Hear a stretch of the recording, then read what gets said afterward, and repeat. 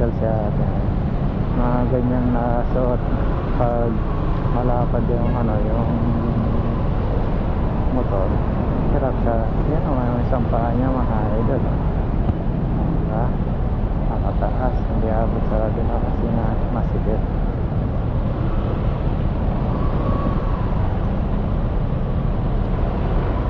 Dapat ganyan si madam. Totally naibag naman siya. Dapat meron siyang ano, extra jacket naman para ikapit natin sa baba pag sumasabay.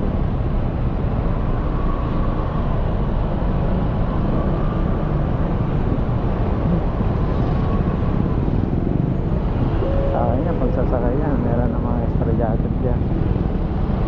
May mga extra jersey ako dyan. Pwede yan, jacket na lang wala. Pwede naman kapote.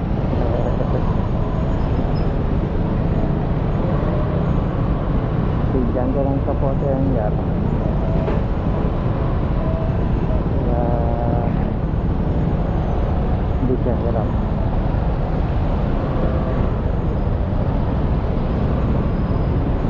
Grabe talaga traffic dito sa Balintawak na.